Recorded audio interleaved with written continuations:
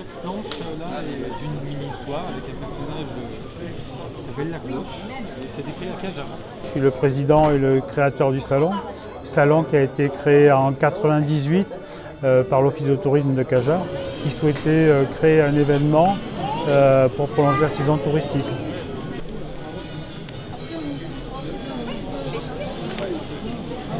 Ensuite, on l'a repris sous forme associative en 2006, puisque c'était le centre culturel de Figeac Caja, qui à l'époque l'organisait, qui avait pris le relais à un moment. Et on a créé l'association pour reprendre le festival et lui redonner peut-être la dynamique qu'il n'avait pas à l'époque. Et c'est là que pour la première fois, j'ai découvert ce merveilleux dessin, c'était un western. Et puis, on peut raconter des histoires comme au cinéma, puisque moi je ne voyais que le cinéma. Bon, je devais avoir 7 ou 8 ans. Hein. Et je me dis, tiens, est-ce que ça peut exister en Belgique? Puisque j'habite en Belgique, il y en a un qui m'a dit, oh là là, là c'est le pays de la BD. Ah bon? Alors quand je suis rentré chez moi, donc en Belgique, j'ai la première librairie que j'ai trouvée.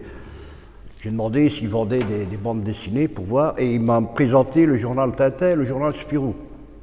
Waouh, quelle merveille!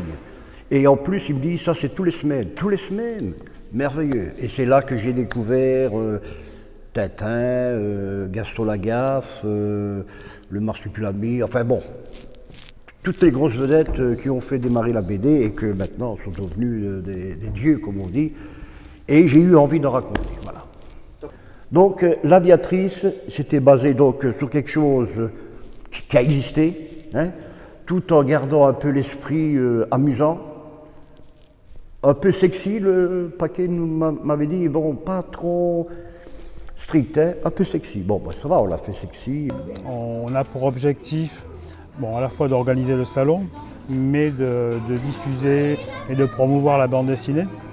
Par exemple, dans le cadre du salon, on organise des interventions d'auteurs auprès des écoles et on reçoit pendant une journée entière, le vendredi qui précède le salon, on reçoit toutes les écoles du Grand Figeac, enfin, toutes les écoles qui le souhaitent, pour visiter les expos et leur donner peut-être le goût de la bande dessinée.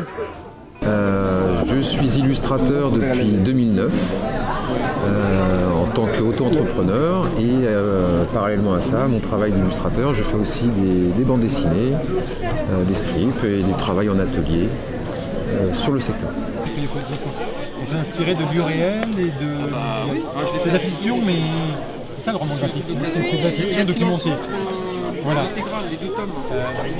Moi, j'ai un point de vue dans cette histoire aussi qui est que, si vous voulez, Alain, le contrôleur, il a un frère qui s'appelle Roland qui a fait la guerre d'Algérie. Et à un moment, il apprend que son frère héberge un Algérien. Donc forcément, ça a une résonance pour lui particulière. Je suis arrivé dans la bande dessinée un petit peu par hasard, hein, puisque Frères d'ombre était destiné au cinéma au départ et finalement est atterri sur le bureau d'un éditeur chez Futuropolis qui a bien voulu l'éditer. Donc ça a été mon entrée dans la bande dessinée qui m'a permis de rencontrer Manu. Et puis tout de suite, nos compétences se sont complétées puisque j'animais des ateliers scénario de mon côté, il animait des ateliers BD de son côté.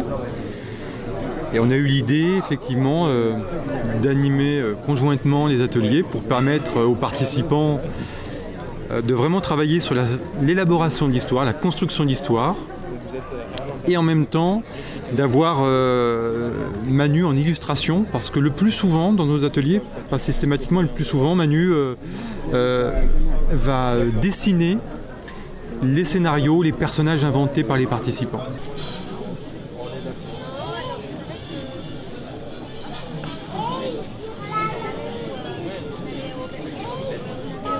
Cette année, je suis venu avec une nouveauté, un nouvel album tout frais sorti de l'imprimerie, donc L'hiver de l'éléphant.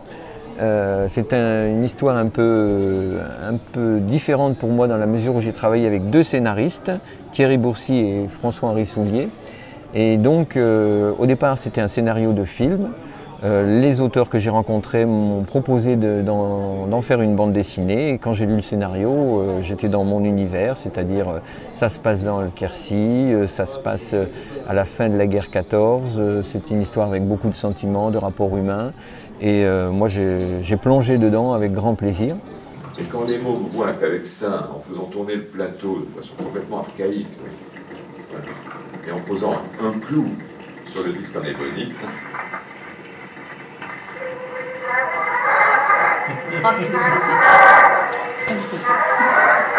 Dans toute écriture de fiction, il y a le réel derrière. Et le réel, pour nous scénaristes, notre rigueur d'écriture, c'est la documentation. C'est-à-dire savoir de quoi on parle, ne pas raconter n'importe quoi, de purs fantasmes. Bon, la fiction absolue peut exister, bien sûr, mais quand on raconte des histoires qui touchent des vrais gens, des vrais moments de l'histoire, et particulièrement quelque chose d'aussi prégnant que la guerre de 14-18, on a intérêt à se documenter. Alors à partir de la documentation, nous est venue l'idée de faire avec la BD une exposition qui permet aux gens de réexplorer ces objets de la mémoire que nous avons tous plus ou moins connus.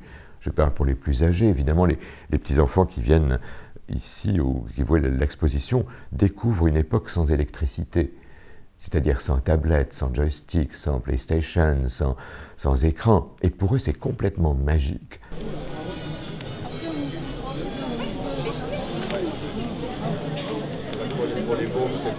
Nous avons mis en place des projets avec les élèves où ils devaient donc écrire un scénario de bande dessinée. Donc c'est une expérience très enrichissante, je pense, pour les élèves, puisque les élèves découvrent des professions, découvrent un travail, comment on fait une BD. C'est pas si simple que ça, c'est pas simplement dessiner. Écrire une histoire, ça s'improvise pas, ça s'apprend, il y a une méthode. Et là, l'intervention des professionnels est tout à fait, enfin je dirais, indispensable quoi, pour approcher tout cet univers-là. Voilà. Ce qui fait que lorsqu'un jeune arrive, alors qu'est-ce qu'il fait? Il faut son premier album, il peut être très bon. Mais les libraires, eux aussi, sont submergés. Ils ne laissent plus le temps à l'album de prendre son envol, sa carrière. Donc après peut-être une semaine ou deux, l'album disparaît. Heureusement qu'il y a encore des festivals, mais ce n'est pas suffisant. Il faut apprendre à lire de la BD, je pense, assez tôt. Parce que ceux qui ont 40, 50 ans, même 30 ans, je pense qu'ils ont appris à regarder autre chose. C'est pour ça, pour l'instant, j'ai l'impression qu'il y a un trou. Il y a un trou, donc, mais ça viendra peut-être un jour. La BD, peut-être avec les tablettes, parce que là, il n'y aura plus de papier, mais ils seront habitués à lire sur tablette, à écouter la musique. Ils écoutent déjà la musique sur tablette. Et là, à ce moment-là, la BD reviendra d'une autre façon, etc.